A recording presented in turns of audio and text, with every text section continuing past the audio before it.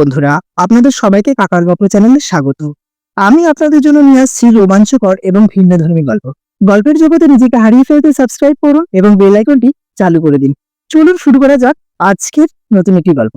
এর গল্প বিভূতিভূষণ বন্দ্যোপাধ্যায়ের খুঁটি দেবতা। ঘোষপাড়ায় দোলের মেলায় যাইবার পথে গঙ্গার ধারে মঠটা পড়ে। মঠ বলিলে ভুল বলা হয়, ঠিক মঠ বলিতে যাহা বোঝায় সে ধরনের কিছু নয়। ছোট খড়ের ঘর, খান 4-5, মাঠের মধ্যে। একধারে একটা বড় তেঁতুল গাছ, গঙ্গায় একটা ছোট খাল মাঠের মধ্যে খানিকটা ঢুকিয়া শুকাইয়া মজিয়া গিয়াছে। জোয়ারের সময় তবুও খালটা কানায় কানায় ভরিয়া ওঠে। ঠিক সেই সময় জেলেরা দোয়ারি পাতিয়া রাখে। জোয়ারের তোড়ের মুখে মাছ খালে উঠিয়া পড়ে। ভাটার টানে নামিবার সময় দোয়ারির কাঠিতে আটকাইয়া আর বাহির হইতে পারে না। কাছেই একটু দূরে শঙ্করপুর বলিয়া ছোট্ট একটা গ্রাম। কিছুকাল পূর্বে রেল কোম্পানির একটা ব্রাঞ্চ লাইন খুলিবার উদ্দেশ্যে খানিকটা জমি সার্ভে করাইয়া মাটির কাজ আরম্ভ করাইয়াছিলেন। কোনো কারণে লাইন বসানো হয় না। মাঠের উত্তর দক্ষিণে লম্বা প্রকাণ্ড উঁচু রেলওয়ে বাঁধটার দুই পাশের ঢালুতে নানা জাতীয় কাটা গাছ, আকন্দ ও অন্যান্য বুনো গাছপালা গজাইয়া বন হইয়া আছে। সেখানে আকন্দ গাছটাই বেশি। খুঁটি দেবতার অপূর্ব কাহিনী একখানেই শুনিয়াছিলাম, গল্পটা বলা দরকার। শঙ্করপুর গ্রামের পাশে ছিল হেলেঞ্চা শিবপুর। এখন তাহার কোনো চিহ্ন নাই। বছর 15 পূর্বে গঙ্গার লাটিয়া গিয়া মাঝ গঙ্গার ওই বড় চরটায় সৃষ্টি করিয়াছে। পূর্বস্থলীর চৌধুরী জমিদারদের সহিত ওই চড়ার দখল লইয়া পুরানো প্রজাদের অনেক দাঙ্গা ও মোকদ্দমা হইয়াছিল। শেষ পর্যন্ত প্রজারাই মামলায় যেতে বটে, কিন্তু চরটা চিরকালই বালুময় থাকিয়া গেল। আজ 10 বৎসরের মধ্যে চাষের উপযুক্ত হইল না। পাঞ্জা দখলে আসিলেও চরটা প্রজাদের কোনো উপকারে লাগে না, অনাবাদী অবস্থায় পড়িয়া থাকে। আজকাল কেহ কেহ তরমুজ, কাঁকড় লাগাইতেছে দেখা যায়। এই গ্রামে রাঘব চক্রবর্তী পূজারী বামুন ছিলেন। রাঘব চক্রবর্তীর কেহ ছিল না। পৈতৃক আমলে খড়ের বাড়িতে একা বাস করিতেন। একাই নদীর ঘাট হইতে জল আনিয়া বনের কাঠ কুড়াইয়া রাধিয়া বাড়িয়া খাইতেন। গায়ে শক্তিও ছিল খুব। পিতামহের আমলের সেকেলে ভারী পিতলের ঘড়া ভরিয়া 2 বেলা 1 পোয়া পথ দূরবর্তী গঙ্গা হইতে জল আনিতেন। ক্লান্তি বা আলস্য কাহাকে বলে জানিতেন না। রাঘব চক্রবর্তী পয়সা চিনিতেন অত্যন্ত বেশি। বাঁশের চটার পাখা তৈয়ারি করিয়া 20 দরে ডোমেদের কাছে ঘোষপাড়ার দোলে বিক্রয় করিতে পাঠাইয়া দিতেন। অবসর সময়ে ঝুড়ি, কুলো, ডালা বুনিয়া বিক্রয় করিতেন। মাটির প্রতিমা গড়িতে পারিতেন। উলু খড়ের টুপি, ফুল ঝাঁটা তৈয়ারি করিতেন। সুন্দর কাপড় রিপু করিতে পারিতেন। এসব তাহার উপরি আয়ের পন্থা ছিল। সংসারে কেউই নাই, না স্ত্রী না ছেলে মেয়ে। কে তাহার পয়সা খাইবে? তবুও রাঘব টাকা জমাইয়া যাইতেন। একটা মাটির ভাড়ে পয়সা করি রাখিতেন। সপ্তাহে 1 বার বা 2 বার ভাড়টি উপর করিয়া ঢালিয়া সব পয়সাগুলি সযত্নে গুনিতেন। ভাড়ের মধ্যে যাহা রাখিতেন পারতপক্ষে তাহা আর বাহির করিতেন না। গ্রামের সবাই বলিত রাঘব চক্রবর্তীর হাতে বেশ 2 পয়সা গুছাইয়া লইয়াছেন। একদিন দুপুরে পাক সারিয়া রাঘব আহারে বসিবার উদ্যোগ করিতেছেন। এমন সময় একখানা ছই ঘেরা গরুর গাড়ি আসিয়া তাহার উঠানে থামিল। গাড়ি হইতে একটি 25-26 বছরের যুবক বাহির হইয়া আসিল। রাঘব চিনিলেন তার দুঃসম্পর্কীয় ভাগিনেও নন্দলাল। নন্দলাল আসিয়া মামার পায়ের ধুলা লইল। রাঘব বলিলেন, এসো বাবা। ছই এর মধ্যে কে? নন্দলাল সলজ্জ মুখে বলিল, আপনার বৌমা। ও, তা কোথায় যাবে? ঘোষপাড়ার দোল দেখিতে বুঝি? নন্দলাল অপ্রতিভের সুরে বলিলেন, আজ্ঞে না, আপনার আশ্রয়েই আপাতত। মানে? বামুনহাটির বাড়িঘর তো সব গিয়েছে। গত বছর মাঘ মাসে বিয়ে তো এতদিন বাপের বাড়িতেই ছিল। সেখান থেকে না আনলে আর ভালো দেখাচ্ছে না, তাই নিয়ে আজ একেবারে এখানেই।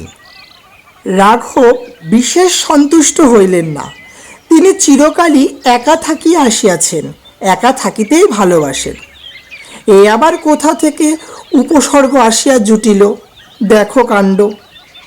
যাহা হোক, আপাতত বিরক্ত চাপিয়া তিনি ভাগিনেয় বধূকে নামাইয়া লইবা ও পূর্ব দিকের ভিটার ছোট ঘরখানাতে তাহাদের থাকিবার বন্দোবস্ত করিলেন। সন্ধ্যার পরে ভাগিনেয়কে জিজ্ঞাসা করলেন, এখানে নিয়ে তো এলে, হাতে কিছু আছে টাছে তো? আমার এখানে আমার বড় টানাটানি। ধান অন্যবার যা হয় এবার তার শিখিও পাইনি। যজমানদের অবস্থাও এবার যা। নন্দ এ কথার কিছু সন্তোষজনক জবাব দিতে পারিল না। রাঘব বলিলেন, বৌমার হাতেও কিছু নেই? ও কোথায় পাবে? তবে বিয়ের দরুন গয়না কিছু আছে। ওর ওই হাত বাক্সটাতে আছে যা আছে।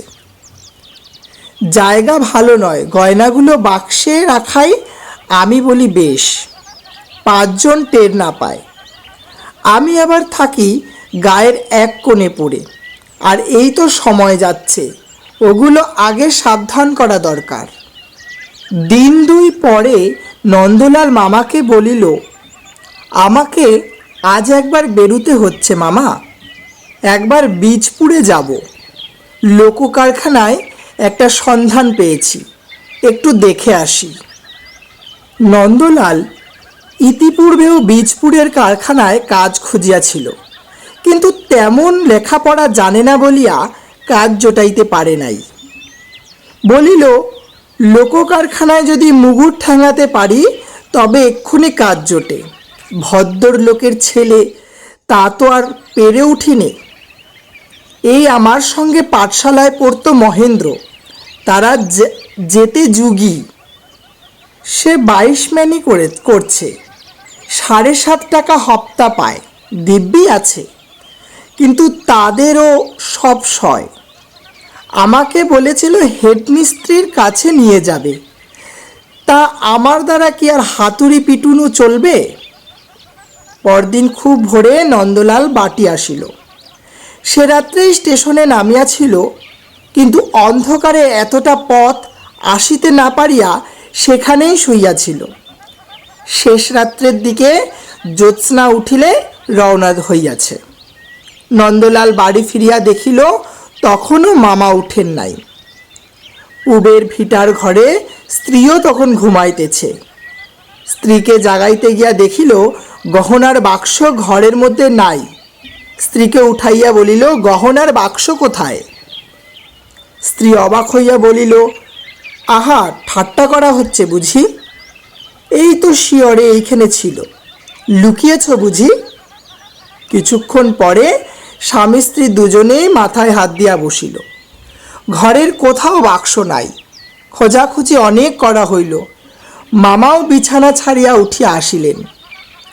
চুরির কথা শুনিয়া অবাক হইলেন। নিজে চারিদিকে ছোটাছুটি করিয়া বাক্সের বা চোরের খোঁজ করিতে লাগিলেন। প্রতিবেশীরাও আসিল, থানাতেও খবর গেল, কিছু হইল না।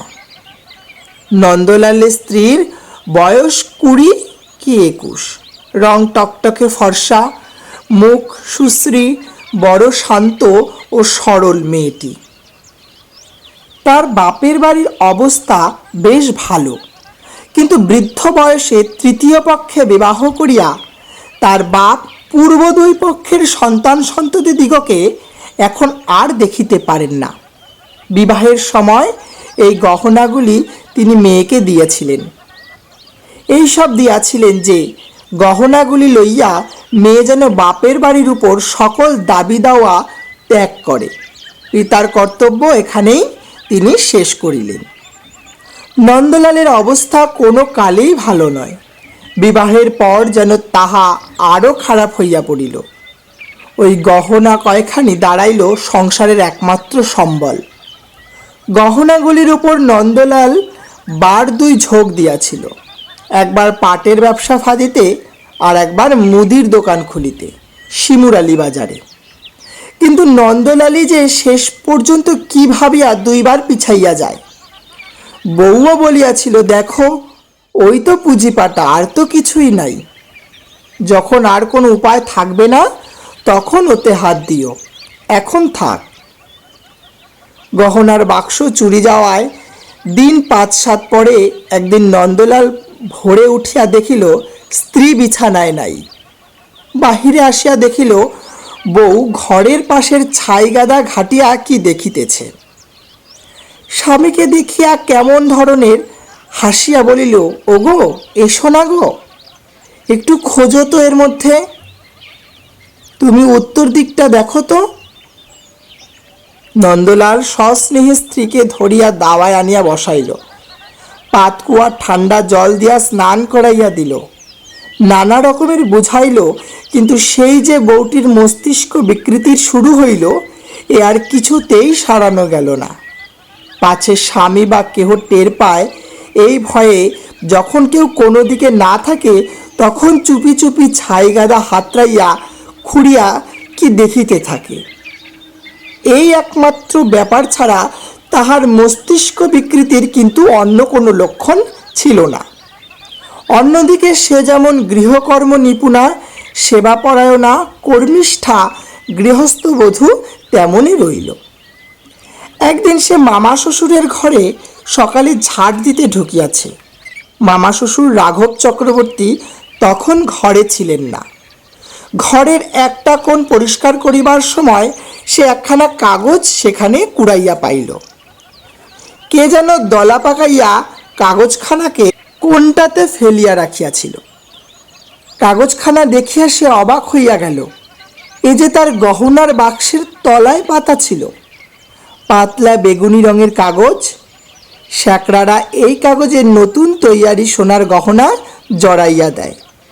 এই কাগজখানাও সেইভাবে পাওয়া। শ্যাকরার দোকান হইতে আসিয়াছিল।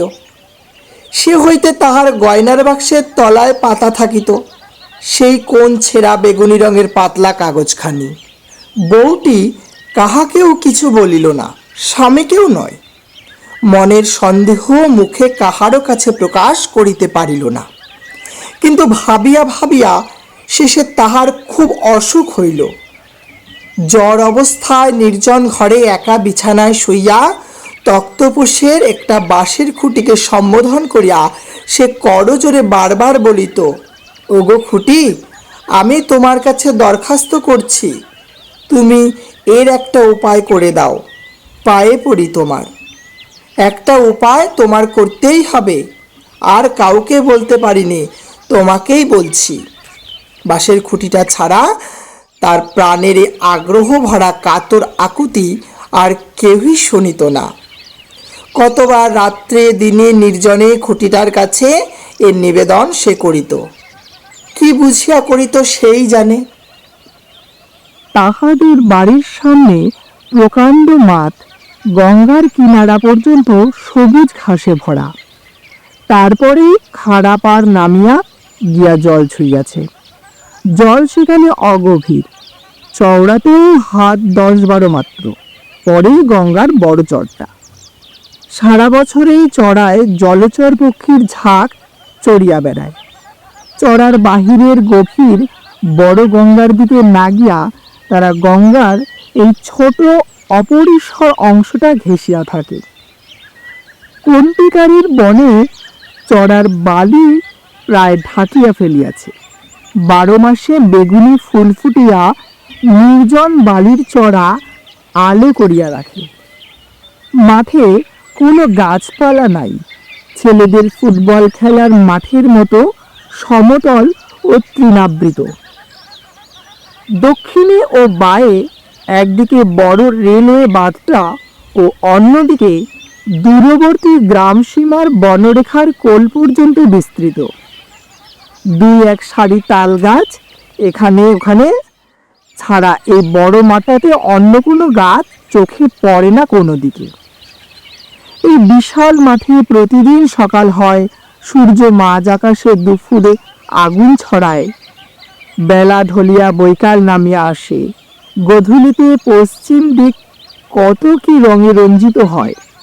চাঁদ ওঠে, সারা মাঠ চড়া রেলওয়ে বাঁধ ও পাশের বড় গঙ্গাটা জ্যোৎস্নায় প্লাবিত হইয়া যায়। কিন্তু কখনো কোনো কালে রাঘব চক্রবর্তী বা তাহার প্রতিবেশীরা এই সুন্দর পল্লী প্রান্তরের প্রকৃতির লীলার মধ্যে কোনো দেবতার পূর্ণ আবির্ভাব কল্পনা করেন নাই, প্রয়োজনও বোধ করেন নাই। সেখানে আজ সর্বপ্রথম এই নিরক্ষরা বিকৃত মস্তিষ্কা গ্রাম্যবধূটি বৈদিক যুগের মন্ত্রদ্রষ্টা বিদুষীর মতো মনে প্রাণে খুঁটি দেবতার আহ্বান করিল। আমি এই মাঠেই বৈকালে দাঁড়াইয়া কথাটা ভাবিতেছিলাম। কথাটার গভীরতা সেদিন সেখানে যতটা উপলব্ধি করিয়াছিলাম এমন আর বোধ হয় কোথাও করিব না। নন্দলাল স্ত্রীর অবস্থা দেখিয়া বড় বিব্রত হইয়া পড়িল। সে স্ত্রীকে ভালোবাসিত। নানা রকম ঔষধ জড়িবুটি শিকড় বাকড় আনিয়া স্ত্রীকে ব্যবহার করাইল। পীড়নের পাগলি কালির বালা পড়াইল। যে যাহা বলে তাহাই করিতে লাগিল, কিন্তু কিছুতেই কিছু হয় না। একটা সুফল দেখিয়া সে খুশি হইল যে আজকাল স্ত্রী সকালে উঠিয়া ছাই গাদা হাতড়াইতে বসে না, তবুও সংসারের কাজকর্মগুলি এমন অন্যমনস্কভাবে করে। হয়তো বা তরকারি পুড়াইয়া ধরাইয়া ফেলে, নয়তো ডালে খানিকটা বেশি নুন দেয়, ভালো করিয়া কথা বলে না। ইহাই রহিল তাহার বিরুদ্ধে প্রধান অভিযোগ। মাস দুই কাটিয়া গেল। শ্রাবণ মাস।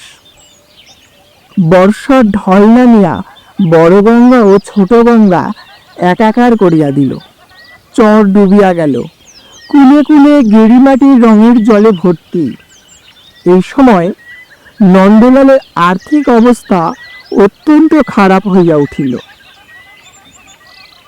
হাতে পূর্বে যাহা কিছু ছিল সবই খরচ হইয়া গিয়াছে। এদিকে চাকরিও জুটিল না। রাঘব চক্রবর্তী ভাগিনেয়কে খুঁটিনাটি লইয়া বকুনি শুরু করিলেন। ভাগিনেয়কে ডাকিয়া বলিলেন, কোনো কিছু একটা দেখে নিতে তো পারলে না, তা দিন কতক এখন না হয় বৌমাকে বাপের বাড়ি রেখে তুমি কলকাতার দিকে গিয়ে কাজকর্মের ভালো করে চেষ্টা করো, নইলে আমি আর কি করে চালাই বলো? এই তো দেখছো অবস্থা। ইত্যাদি আরো অনেক কিছু বলিলেন রাঘব চক্রবর্তী। নন্দলাল পড়িয়া গেল মহাবিপদে। না আছে চাকরি, না আছে কোনো সম্বল। ওদিকে অসুস্থা তরুণী বধূ ঘরে। বীজপুরের কারখানায় কয়েকবার যাতায়াতের ফলে একজন রঙের মিস্ত্রির সঙ্গে বন্ধুত্ব হইয়াছিল। তাহাকে বলিয়া কহিয়া তাহার বাসায় বউকে লইয়া গিয়া আপাতত উঠিল। বেটিমাত্র ঘর, একখানা ঘরে মিস্ত্রি একলা থাকে, অন্য ঘরখানে নন্দলালকে ছাড়িয়া দিল। মিস্ত্রি গাড়িতে অক্ষর লেখে। সে চেষ্টা করিয়া সাহেবকে ধরিয়া নন্দলালের জন্য একটা ঠিকা কাজ জুটাইয়া দিল। একটা বড় লম্বা রেক, আগাগোড়া পুরানো, রং উঠাইয়া নতুন রং করা হইবে। নন্দলাল জমির রং করিবার জন্য 1 মাসের চুক্তিতে নিযুক্ত হইল। রাঘব চক্রবর্তী কিছুকালের জন্য হাঁপ ছাড়িয়া বাঁচলেন। হঠাৎ একদিন তিনি অনেকজন মজুর ধরিয়া বাড়ির উঠান পরিষ্কার করাইতে লাগিলেন। শখ করিয়া একজোড়া হরিণের চামড়ার জুতো কিনিয়া আনিলেন। এমনকি পূজার সময় একবার কাশী বেড়াইতে যাইবার সংকল্প করিয়া ফেলিলেন। আশ্বিনের প্রথম বর্ষা একটু কমিল। রাঘব চক্রবর্তী বাড়ির চারিধারে পাঁচিল গাঁথিবার মিস্ত্রি খাটাইতেছিলেন। সারাদিন পরিশ্রমের পর গঙ্গায় গা ধুইয়া আসিয়া সন্ধ্যার পরই তিনি শুইয়া পড়িলেন। অত পরিশ্রম করিবার পর তিনি শুইলেন বটে, কিন্তু তাহার ঘুম আদৌ আসিল না। ঘুমাইবার বৃথা চেষ্টায় সারা রাত্রি ছটপট করিয়া শেষ রাত্রে উঠিয়া তামাক খাইতে বসিলেন। দিনমানেও দুপুরে ঘুমাইবার চেষ্টা করিলেন, কিছুতেই ঘুম হইল না।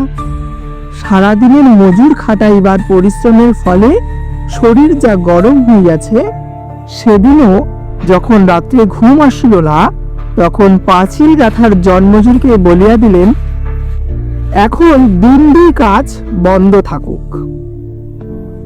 পরদিন রাত্রে সামান্য কিছু আহার করিয়া ঠান্ডা জল মাথায় দিয়া ও হাত পা ধুইয়া সকাল সকাল শুইয়া পড়িলেন। প্রথমটা ঘুম না আসাতে ভাবিলেন, ঘুমের সময় এখনো ঠিক হয় নাই কিনা, তাই ঘুম আসতেছে না। এপাশ ওপাশ করিতে লাগিলেন। 10টা, 11টা, 12টা রাঘব প্রাণপণে চক্ষু বুজিয়া রহিলেন। নানাভাবে ঘুরিয়া ফিরিয়া শুইয়া দেখিলেন, ঘুম এখনো আসে না কেন। আরো ঘন্টা 2 কাটিয়া গেল, ঘুমের চিহ্নই নাই। চাঁদ ঢলিয়া পড়িল। জানালা দিয়া যে বাতাস বহিতেছে, তাহা আগেকার অপেক্ষা ঠান্ডা। রাঘবের কেমন ভয় হইল, তবে বোধ হয় আজও ঘুম হইবে না। ভাবিতে বুকটা কেমন করিয়া উঠিল। আজ রাত্রে না ঘুমাইলে কাল তিনি বাঁচিবেন কি করিয়া? উঠিয়া মাথায় আর একবার জল দিলেন, আবার শুইলেন, আবার প্রাণপণে ঘুমাইবার চেষ্টা করিলেন। কিন্তু এইভাবে তাহার মাথা গরম হইয়া উঠিল। ঘুম ঘুম যদি না আসে, তাহা হইলে রাত্রি ফর্সা হইয়া কাক কোকিল ডাকিয়া উঠিল। তখনও হতভাগ্য রাঘব চক্রবর্তী বিছানায় ছটপট করিতে করিতে ঘুমাইবার বৃথা চেষ্টা করিতেছেন। ঠিক এইভাবে কাটিয়া গেল আরো 8 দিন। এই 8 দিনের মধ্যে কি দিনে কি রাত্রে রাঘবের চোখে এতটুকু ঘুম আসিল না পলকের নিমিত্ত। রাঘব পাগলের মতো হইলেন, যে যাহা বলিলে তাহাই করিয়া দেখিলেন। ডাব খাইয়া ও পুকুরের পচা পাক মাথায় দিন রাত দিয়া থাকিতে থাকিতে নিউমোনিয়া হইবার উপক্রম হইল। অবশেষে বাঁশবেড়ের মনোহর ডাক্তারের ঔষধ ব্যবহার করিয়া দেখিলেন, কিন্তু কিছুতেই কিছু হয় না। আরো দিন 6-7 কাটিয়া গেল। রাঘব সন্ধ্যার পরে হাত পা ধুইয়া মন স্থির করিয়া শুইতে যান, কিন্তু বালিশে মাথা দিয়াই বুকের মধ্যে গুড়গুড় করে, আজও বোধ হয় ঘুম হইবে না। বাকিটা রাঘব ভাবিতেও পারেন না। রাজমিস্ত্রির দল কাজ শেষ না করিয়াই চলিয়া গেল। উঠানে জঙ্গল বাড়িয়া উঠিল। রাঘব স্নানাহার করিতে চান না, চলাফেরা করিতে চান না, সবসময় ঘরের দাওয়ায় চুপ করিয়া বসিয়া থাকেন। তামাক খাইবার রুচিও ক্রমে হারাইয়া ফেলিলেন। লোকজনের সঙ্গে ভালো করিয়া কথাবার্তা কহিতে ভালোবাসেন না।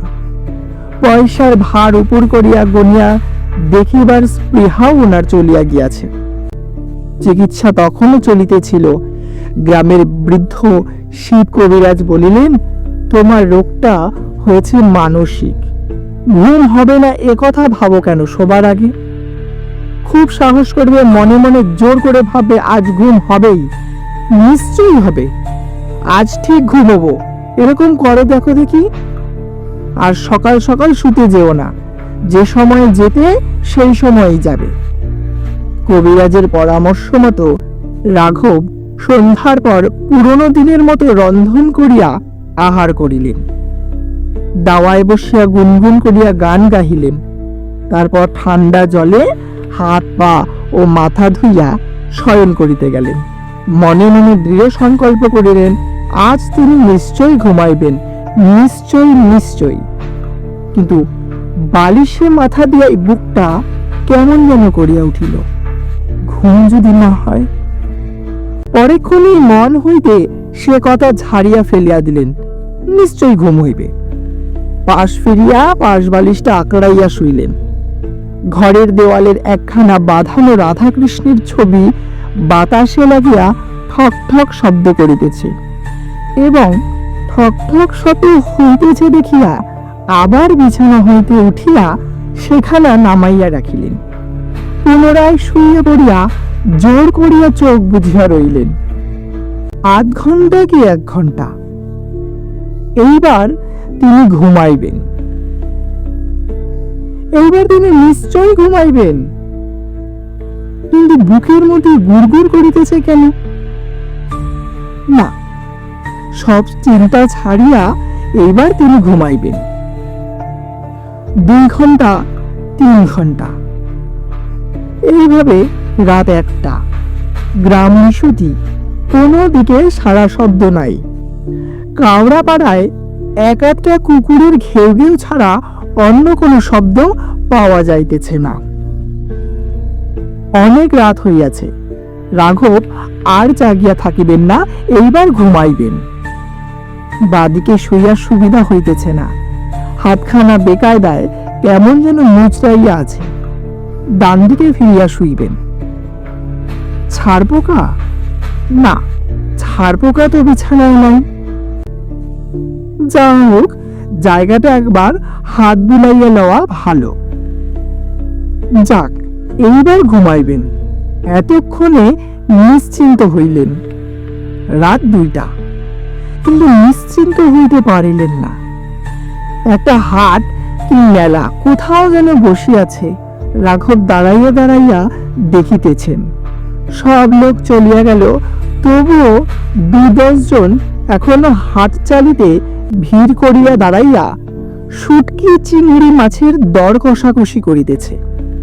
ইহারা বিদায় হইলে রাঘব নিশ্চিন্ত মনে ঘুমাইবেন। একটা লোক চলিয়া গেল, 2-3টা, এখনো 7 লোক বাকি। রাঘব তাহাদের নিকট গিয়া চলিয়া যাইবার অনুরোধ করিতেছেন, অনুনয় বিনয় করিতেছেন, হাত জোর করিতেছেন তিনি একটু ঘুমাইবার জন্য। তিনি একটু এবার ঘুমাইবেন। দোহাই তাহাদের, তাহারা চলিয়া যাক। এখনো 3 বাকি। রাঘবের মনে উল্লাস হইল, আর বিলম্ব নাই। এখনো 2 জন। এই 2 জন চলিয়া গেলেই ঘুমাইবেন। আর 1 জন মাত্র। মিনিট 15 দেরি, তাহা হইলেই ঘুমাইবেন। হঠাৎ রাঘব বিছানার উপর উঠিয়া বসিলেন। হাট তো কোথাও বসে নাই। কিসের হাট? কোথাকার হাট? এসব কি আবুল তাবুল ভাবিতেছেন তিনি? ঘুম তাহা হইলে বোধ হয়। রাঘব চুপ করিয়া গেলেন। রাঘব কথাটা ভাবিতেও সাহস করিলেন না। কত রাত! ওটা কিসের শব্দ? বীজপুরের কারখানায় ভোরের বাঁশি বাজিতেছে নাকি? সে তো রাত 4টায় বাজে। এখনই কি রাত 4টা বাজিল? অসম্ভব। যাক, যথেষ্ট বাজে কথা ভাবিয়া রাত কাটাইয়াছেন, আর নয়। এইবার তিনি ঘুমাইবেন। অল্প একটু ঘোর আসিয়াছিল কিনা কে জানে। ভোরের ঠান্ডা বাতাসে হয়তো একটু আসতেও পারে, কিন্তু রাঘবের দৃঢ় বিশ্বাস তিনি এতটুকু ঘুমান নাই। চোখ চাহিয়াই ছিলেন। হঠাৎ একটা ব্যাপার ঘটিল। বিস্মিত রাঘব দেখিলেন তাহার খাটের পাশের বাঁশের খুঁটিটা যেন ধীরে ধীরে একটা বিরাটাকার মূর্তি পরিগ্রহ করিয়া তাহার মাথার শিয়রে আসিয়া দাঁড়াইল। ব্যঙ্গের সুরে অঙ্গুলি হেলাইয়া বলিল, মূর্খ! ঘুমোবার ইচ্ছা থাকে তো কালই গহনার বাক্স ফেরত দিস।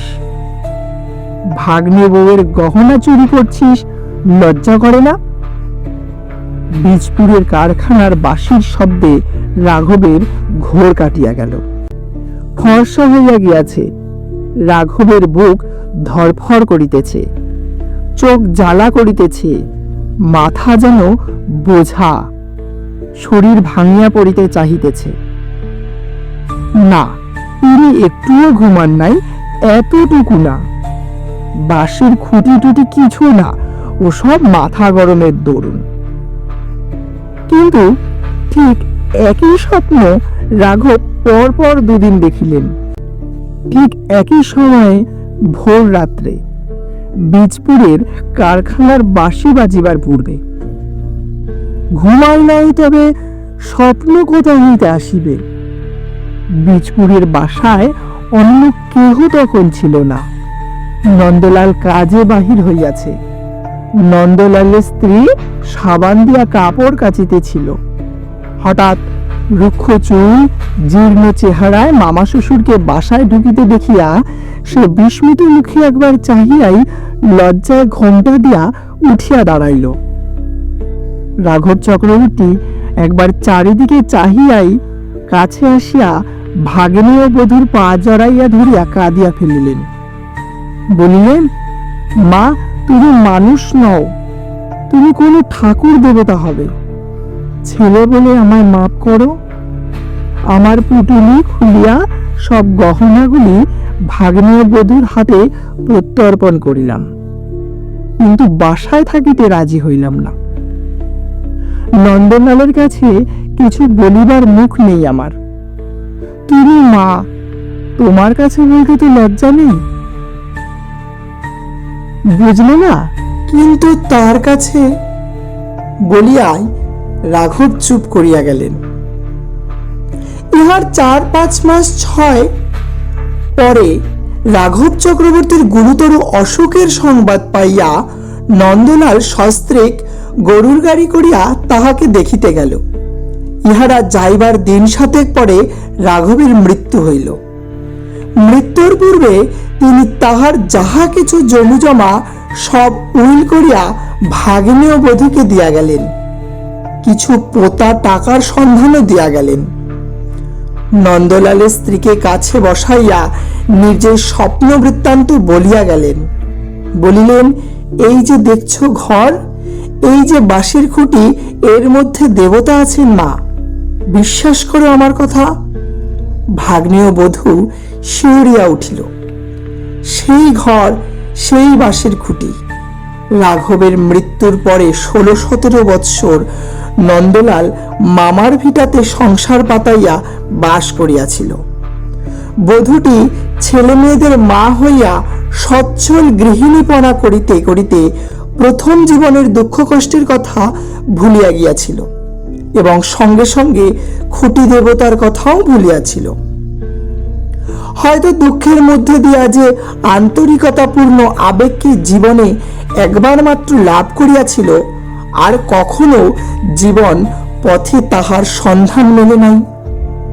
বছর 17 পরে নন্দলালের স্ত্রী মারা গেল। নন্দলালের বড় ছেলের তখন বিবাহ হইয়াছে ও বধূ ঘরে আসিয়াছে। বিবাহের বৎসর 4 মধ্যে এই বউটি দুরন্ত ক্যান্সার রোগে আক্রান্ত হইয়া পড়িল। ক্যান্সার হইল জিহবায়, ক্ষত ক্রমে গভীর হইতে লাগিল। কত রকম চিকিৎসা করা হইল, কিছুতেই উপকার দেখা গেল না। সে শুইয়া শুইয়া যন্ত্রণায় ছটপট করিত। ইদানিং কথা পর্যন্ত কহিতে পারিত না। তাহার যন্ত্রণা দেখিয়া সকলে তার মৃত্যু কামনা করিত, কিন্তু বছর কাটিয়া গেল, মৃত্যুর কোনো লক্ষণ নাই। অথচ নিজে যন্ত্রণা পাইয়া আরো 5 জনকে যন্ত্রণা দিয়া সে জীবনমৃত অবস্থায় বাঁচিয়া রহিল। বউটি শাশুড়ির কাছে খুঁটি দেবতার গল্পও শোনে নাই, জানিতও না। একদিন সে সারা রাত রোগের যন্ত্রণায় ছটপট করিতেছিল। তখন ছিল শ্রাবণ মাস। শেষ রাতের দিকে ভয়ানক বৃষ্টি নামিল, ঠান্ডাও খুব, বাহিরে জোর বাতাসও বহিতেছিল। মাথার শিয়রে একটা কাঁসার ছোট ঘটিতে জল ছিল। এক চুমুক জল খাইয়া সে পাশ ফিরিয়া শুইতেই একটু তন্দ্রা মতো আসিল।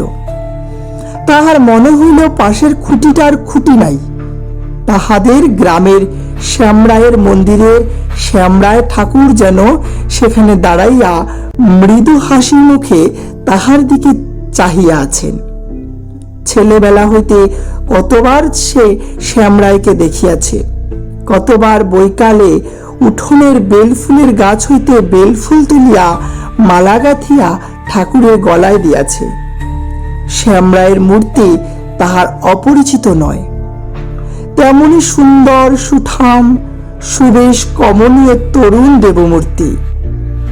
বিশ্বাসে মানুষের রোগ সারে হয়তো বধূটির তাহাই ঘটিয়াছিল, হয়তো সবটাই তাহার মনের কল্পনা।